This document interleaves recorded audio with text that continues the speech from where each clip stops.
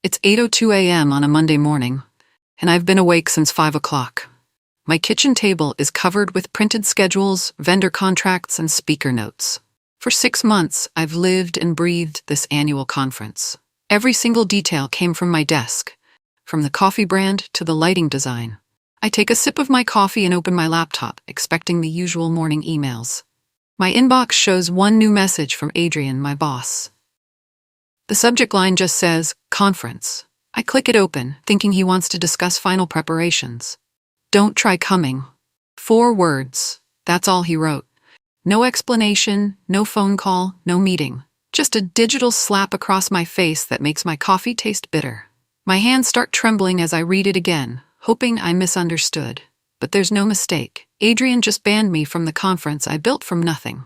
I pick up my phone with shaking fingers and text him back. Understood. Then I close my laptop, walk to my home office, and whisper, "Game on." The conference kicks off this morning without me. I'm sitting in my apartment, but everything I created is happening downtown. My presentation slides are flashing on the main screen. My carefully planned schedule runs like clockwork. My budget spreadsheets keep everything on track. Adrian stands on the stage I designed, wearing his confident smile. He's cracking jokes and charming the clients I spent months recruiting. He talks about visionary leadership while gesturing towards slides I created at 2 in the morning. The crowd loves him. He's naturally charismatic, presenting my best work as his own vision. He even mentions me in passing. "I had some help from the team," he says with his trademark shrug, like he's being generous. My phone buzzes with a text from Sarah in accounting. She sent me a picture of the packed auditorium with the caption, "Your work." His name. I stare at the photo. Every person in those seats is there because of something I planned. The lighting, the speakers, the lunch, even the welcome packets, all mine. My phone buzzes again. It's my mother calling. "Sweetheart," she says, "I just watched your company's live stream. They stole your crown, didn't they?" I don't cry when I hang up. I don't scream or call friends to complain. Instead, I clean my entire apartment with methodical precision. I scrub my bathtub until it sparkles. I organize my closet by color. I vacuum under furniture that hasn't been moved in months. Physical activity helps me think clearly, and I need clarity more than emotion right now. When my apartment looks perfect, I sit at my kitchen table with fresh coffee and open my laptop.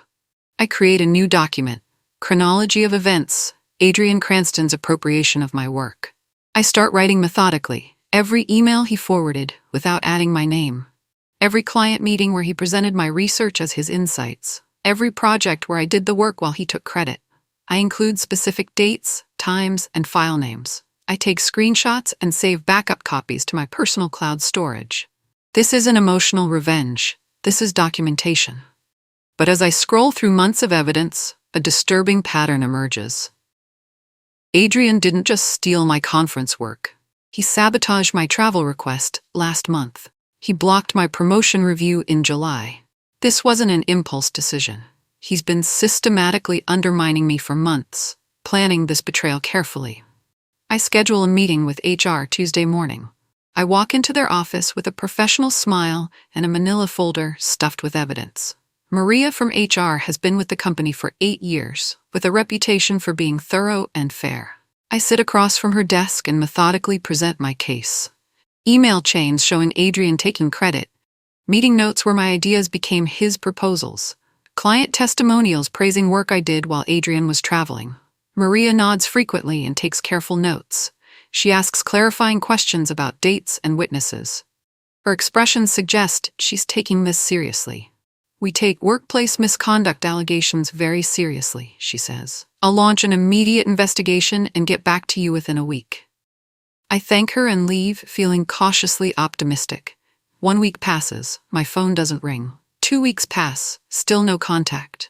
Then I receive an internal memo that makes my stomach drop. "Congratulations to Adrian Cranston for excellence in leadership." The email announces Adrian received a special recognition award for his visionary work on this year's highly successful annual conference. I call HR immediately, hands shaking with anger. "We thoroughly investigated your concerns," Maria says coolly. "However, we found no evidence of systematic misconduct." I hang up and finally understand. HR isn't helping me. They're protecting Adrian. The next morning, Adrian appears at my cubicle like a snake. He's carrying his expensive coffee mug and wearing his most charming smile, the one he uses during client presentations. "No hard feelings about the conference situation, right?" he says casually, leaning against my desk. "Some people just aren't cut out for the spotlight. It takes special confidence to handle that pressure." I look up from my computer and force my own smile. Inside, I'm calculating how satisfying it would be to pour hot coffee over his hair. "You're absolutely right," I say sweetly. "Some people really can't handle pressure, especially when they're managing something they didn't actually build." His practiced smile falters for just a fraction of a second. He blinks twice, processing my words, then recovers. "Well, I'm glad we understand each other," he says, straightening up. "Moving forward, clear communication will be important." "Oh, we definitely understand each other now," I reply, taking a deliberate sip of my tea. After he walks away, I open a private folder on my desktop labeled Exit Strategy. It's been growing steadily since he sent that email.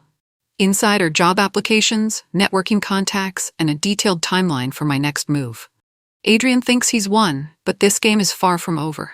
I completely change my approach to work. No more detailed progress emails to Adrian. No more voluntary updates during team meetings. No more sharing innovative ideas during brainstorming sessions. I focus on my actual responsibilities and let my results speak.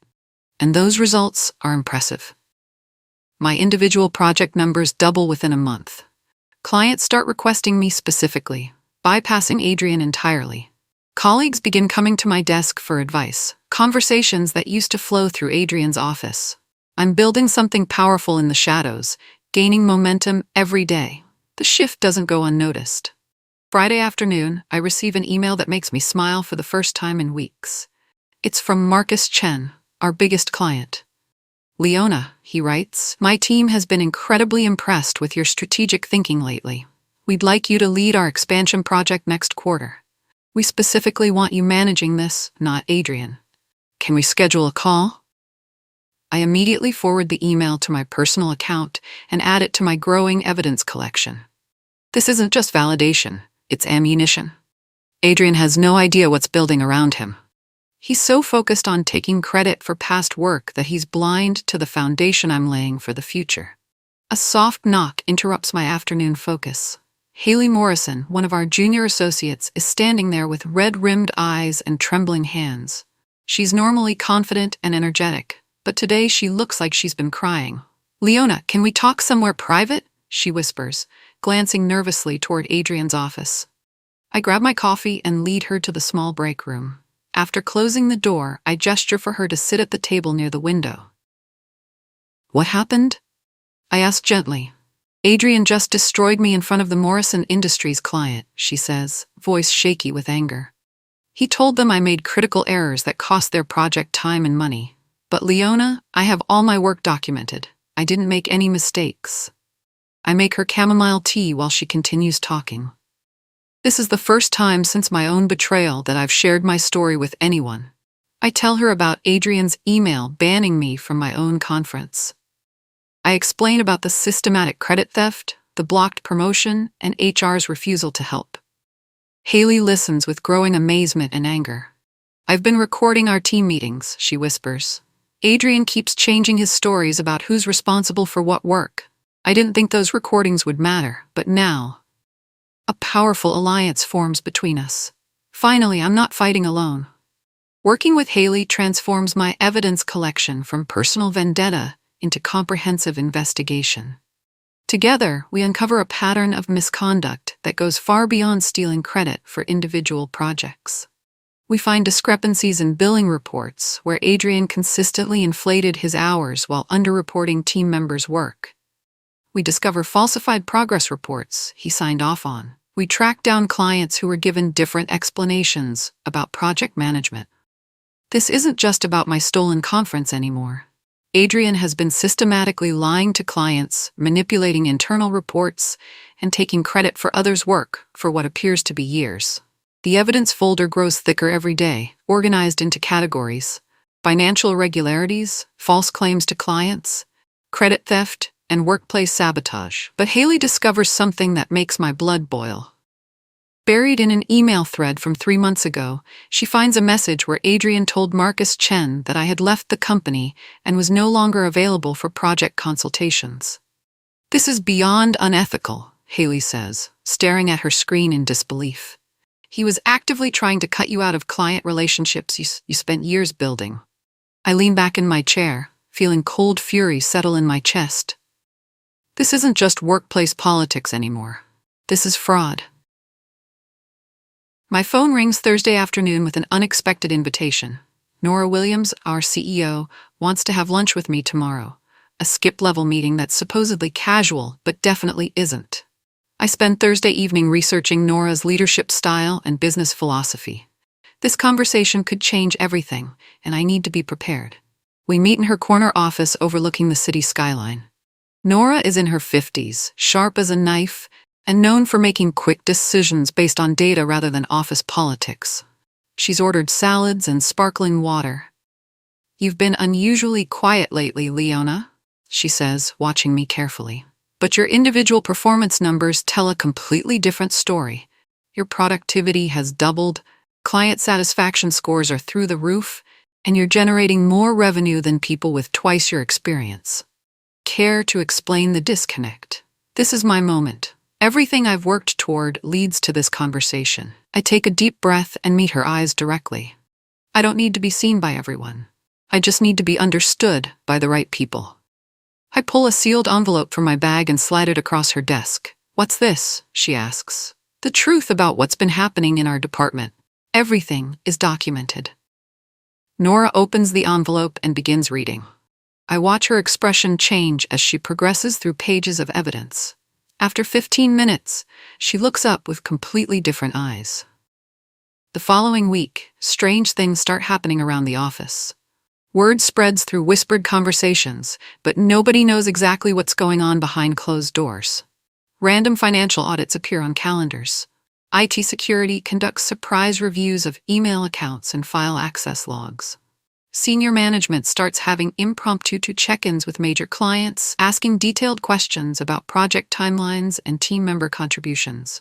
Adrian begins looking noticeably nervous. His usual confident swagger becomes forced and artificial. He keeps glancing toward Nora's office whenever he walks through the corridor. The easy smile he wears during client presentations starts cracking. Wednesday morning, an expensive bouquet appears on my desk. Roses and lilies arranged in a crystal vase that probably cost more than I spend on groceries in a month. The small card reads, "Let's move forward together and put any misunderstandings behind us." I stare at the arrangement for 30 seconds, then pick up the entire vase and walk to the supply room. Without hesitation, I dump the bouquet into the industrial paper shredder and listen to expensive flowers become confetti. Sarah from accounting watches me with barely concealed amusement. "Trouble in paradise?" she asks with a grin. "What paradise?" I reply, brushing petals off my hands. "This is a workplace, not a garden." Walking back to my desk, I feel lighter than I have in months. Monday morning brings an email that changes everything. Marcus Chen, our biggest client, sends a formal letter to Adrian's department. But it's not what Adrian expects. The letter states that Marcus Industries is immediately transferring all their business to Leona Reeves' new Strategic Initiatives Division, effective at the end of this week. They're citing superior strategic thinking and project execution as their primary reason. I read the email 3 times before reality sinks in. Nora didn't just believe my evidence, she acted on it decisively. She created an entirely new division, put me in charge, and convinced our biggest client to make the switch. 10 minutes later, Adrian storms toward my cubicle like a tornado. His face is red with anger, and several colleagues stop their conversations to watch the approaching confrontation. "You went around me?" he demands, slamming his hand on my desk hard enough to make my coffee mug jump. "You undermined my authority and sabotaged my client relationships?" I look up from my computer with complete calm, even though my heart is racing. "No, Adrian," I say clearly, making sure everyone nearby can hear. "I went above you." His mouth opens and closes like a gasping fish. Behind him, I see Haley trying unsuccessfully to hide her smile. "This isn't over," Adrian hisses, leaning closer in what I assume is supposed to be intimidating. You're absolutely right, I reply evenly. But it's about to be. Adrian's response to losing his biggest client is exactly what I expected. He files a formal complaint against me with HR for insubordination, undermining management authority, and engaging in unethical client poaching. Maria from HR calls me into the same conference room where I first tried to report Adrian's misconduct. This time, though, I'm completely prepared for battle. I walk into the meeting carrying 3 thick folders and a tablet loaded with additional digital evidence. Adrian sits across the table with his arms crossed, looking like he expects to watch me get fired. Ms. Reeves, Maria begins formally, Mr. Cranston has filed serious allegations about your recent conduct. How do you respond? I open my first folder methodically. I respond with documentation, I say. For the next hour, I present my case like a prosecutor. Screenshots of every email where Adrian took credit for my work. Audio recordings, Haley made of meetings where he changed his story. Client testimonials specifically praising my individual contributions. Financial records showing billing irregularities that only Adrian had authority to approve. Everything is dated, time-stamped, and independently verifiable. The HR panel sits in stunned silence as I methodically destroy every aspect of Adrian's complaint. By the time I finish, Adrian's face has gone completely white. Maria clears her throat carefully. Mr. Cranston, based on the evidence presented here, this complaint appears to be retaliatory rather than based on legitimate workplace concerns. Adrian makes a critical mistake the following week. Desperate to prove he doesn't need my input, he rushes to publish a major marketing campaign based on client data that's 6 months out of date. The campaign goes live Monday morning across all our platforms. By noon, 3 different clients have called to complain about wildly incorrect information about their companies. By evening, it's become a full-scale public relations nightmare.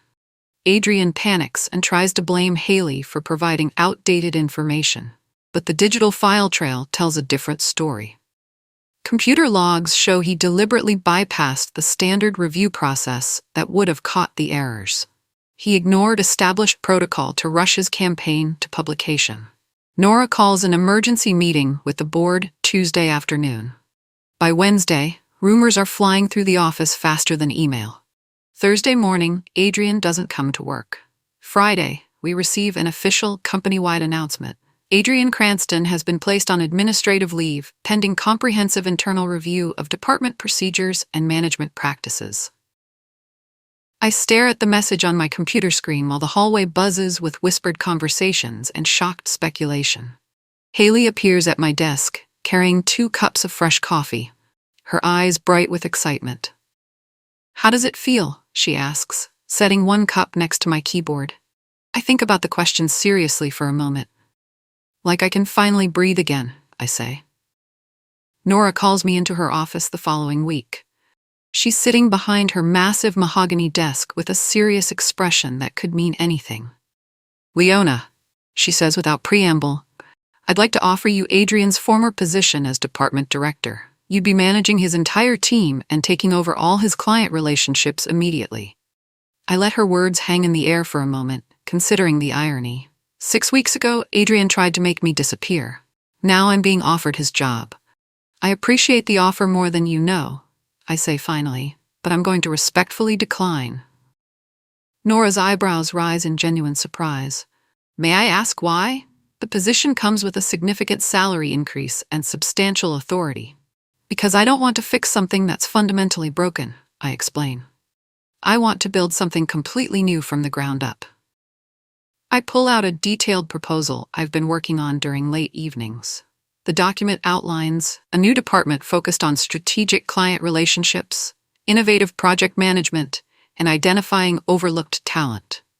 I want to create a team of people who've been underestimated, I continue. The ones who do the actual work but never get recognition. The ones with great ideas who never get heard because they don't play political games. Nora reads through my proposal carefully, occasionally making notes in the margins. This is quite ambitious, she says. You're essentially proposing to revolutionize how we approach client relationships. Yes, I reply confidently. Just like I revolutionized our conference format last year. Building my new team feels like assembling a collection of hidden gems that other managers overlooked.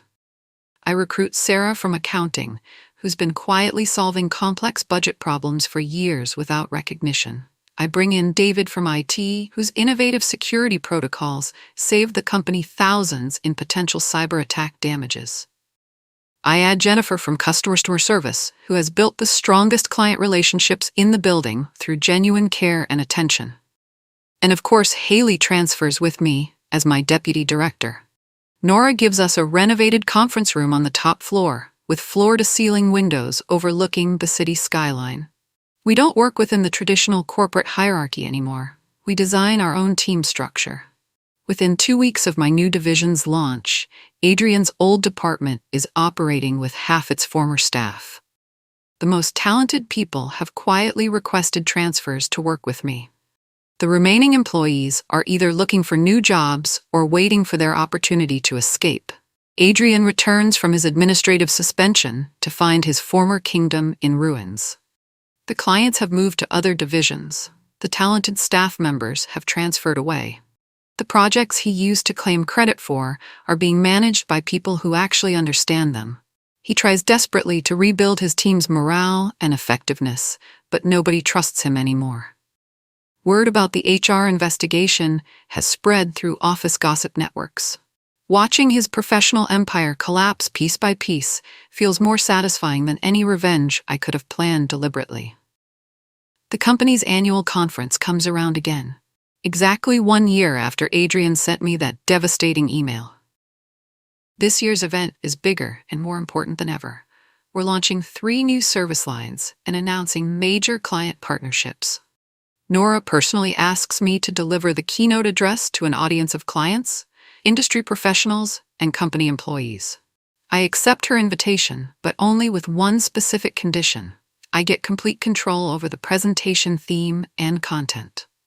After some discussion with the marketing team, we settle on a theme that makes me smile. The people who build, recognizing the hidden drivers of success. The speaker lineup gets finalized, the venue gets booked at the downtown convention center. Promotional materials start going out to our client list and industry contacts.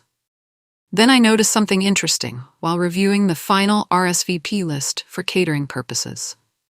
Adrian Cranston has registered to attend the conference as a general audience member. Of course he has. Despite everything that's happened, he can't resist the spotlight, even when it's not shining on him anymore. His ego won't let him stay away from an event he once dominated. This conference will be completely different from last year's experience.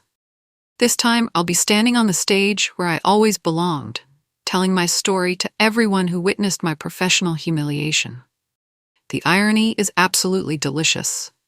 Adrian makes one final, desperate attempt to salvage his reputation. He contacts Rebecca Chen, a business journalist from Industry Weekly, and feeds her an anonymous tip about unethical internal power struggles and questionable business practices at our company. He thinks he's being clever by remaining anonymous, but Adrian has never been as smart as he believes himself to be. What he doesn't know is that Rebecca Chen graduated from Northwestern with Nora's niece and frequently calls Nora for background information on industry stories. Rebecca receives Adrian's tip Thursday afternoon and immediately calls Nora to fact-check the allegations before publishing anything. Within an hour, Nora knows exactly who leaked the information and why. Monday morning, Adrian receives a call requesting his immediate presence in Nora's office. I don't witness their conversation, but I see him leave her office 20 minutes later. His face is gray as concrete, his hands are visibly shaking, and he walks to his car without speaking to anyone. Haley finds me at lunch with news from her friend in HR who overheard part of the meeting. Nora told him he just wrote his own professional obituary, she whispers across our table. She said trying to damage the company's reputation to salvage his own career was the final straw. Adrian's last desperate card has been played, and it backfired spectacularly. The conference is scheduled for tomorrow. The night before the conference, I lie awake staring at my bedroom ceiling. This is my first time back on that stage since Adrian's betrayal, and despite my team's confidence, anxiety creeps up my spine like cold fingers. At midnight, I give up on sleep and drive to the convention center. My access card still works, so I let myself into the empty building. The main auditorium is dark and silent, but I can imagine it filled with hundreds of people tomorrow morning. I walk onto the stage and test the microphone system, listening to my voice echo in the empty space. I run through my speech one more time, adjusting the timing and emphasis on key points. Every word needs to be perfect. Every pause needs to serve a purpose. As I'm packing up my notes to leave, something catches my eye on the floor behind the podium. It's my old company name badge from last year, the one I threw in my trash can after reading Adrian's email. Someone from the cleaning crew must have found it and left it here, thinking it belonged to this year's conference planning committee. I pick up the small piece of laminated plastic and read my name printed in plain black letters. This tiny badge represents everything I almost lost to Adrian's manipulation and theft. Tomorrow, I won't need name badges or titles or anyone else's permission to prove my worth. Tomorrow, I'll stand on this stage and tell my story in my own words. Conference day arrives with perfect autumn weather and record attendance numbers. I stand backstage, listening to the crowd settle into their seats. The familiar sounds of rustling programs, quiet conversations, and coffee cups being placed on tables. When Nora steps up to the podium to introduce me, my heart pounds with nervous energy and determined excitement.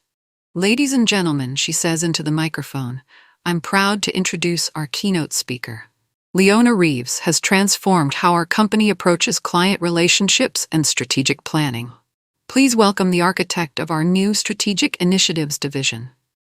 I walk onto the stage with confidence I've never felt before in my professional life. "Good morning," I say, watching the audience settle into attentive silence. "I want to tell you a story about being systematically underestimated and what happens when you decide to stop accepting other people's limitations. I don't mention Adrian by name, but I tell them everything else. The stolen credit for projects I developed alone. The systematic exclusion from opportunities I had earned. The moment I realized I had to choose between fighting back or disappearing entirely. I talk about building evidence in silence, documenting truth methodically, and finding unexpected allies and colleagues who had witnessed similar treatment. The audience listens with complete attention, some nodding in recognition of their own workplace experiences.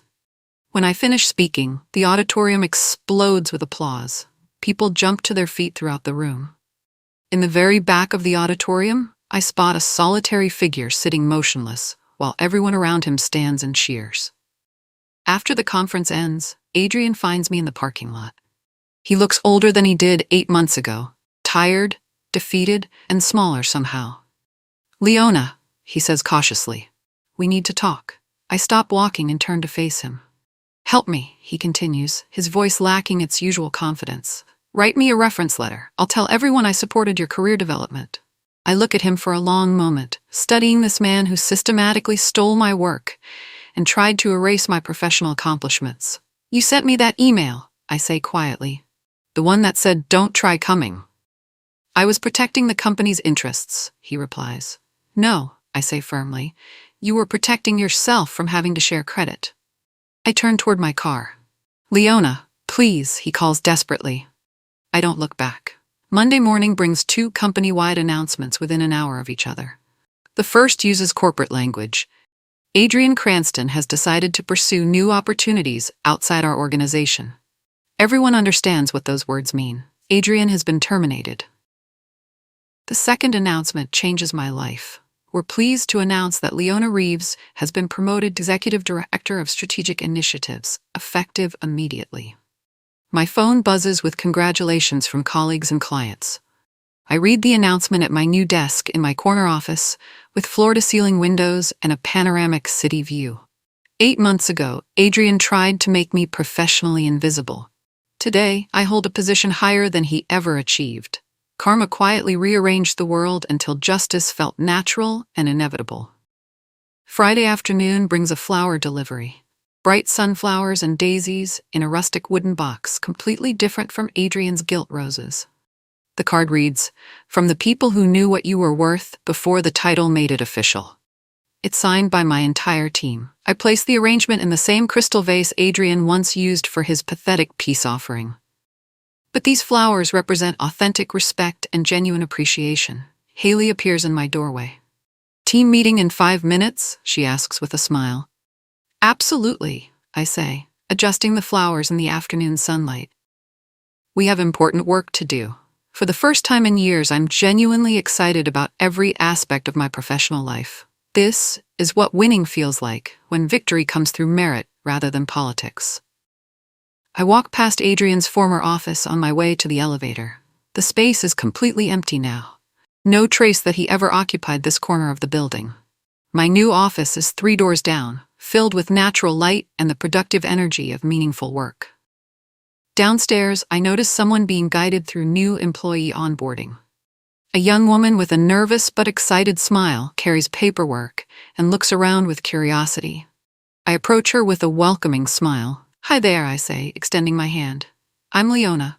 Welcome to your new home. Thank you, she responds with relief. I'm Maria Santos. I'm starting in strategic initiatives next week. Perfect, I reply. You're going to love working here. Back in my office, I find a sticky note on my monitor, in my own handwriting, understood. Now it represents how completely everything has changed.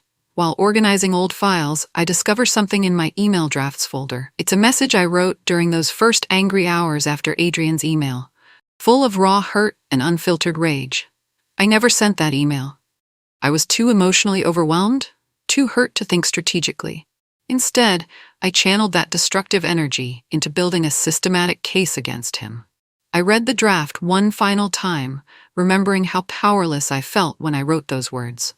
Then I select the entire message and delete it permanently. That angry version of me served her purpose. She motivated me to fight back intelligently. But I don't need her anymore.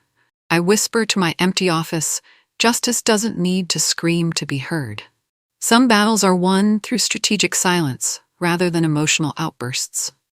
6 months later, I speak at the Regional Women's Leadership Conference. The ballroom is packed with ambitious professionals who remind me of myself 1 year ago. I tell them my complete story without hiding the difficult parts. You don't have to burn bridges to move forward, I conclude. Some people will sabotage themselves without your help. Your job is to build something so strong that their attempts to diminish you become irrelevant. The audience sits in silence after I finish. Then they rise as one, applauding with intensity that makes my ears ring. Young women approach me afterward with their own stories of stolen credit and workplace undermining. I give each my business card. Driving home, I think about Adrian's email. Don't try coming. He thought he was excluding me from one conference. Instead, he launched me towards something bigger than either of us imagined. When people ask how I built my success, I don't say understood. I say I built this myself, and I'm just getting started.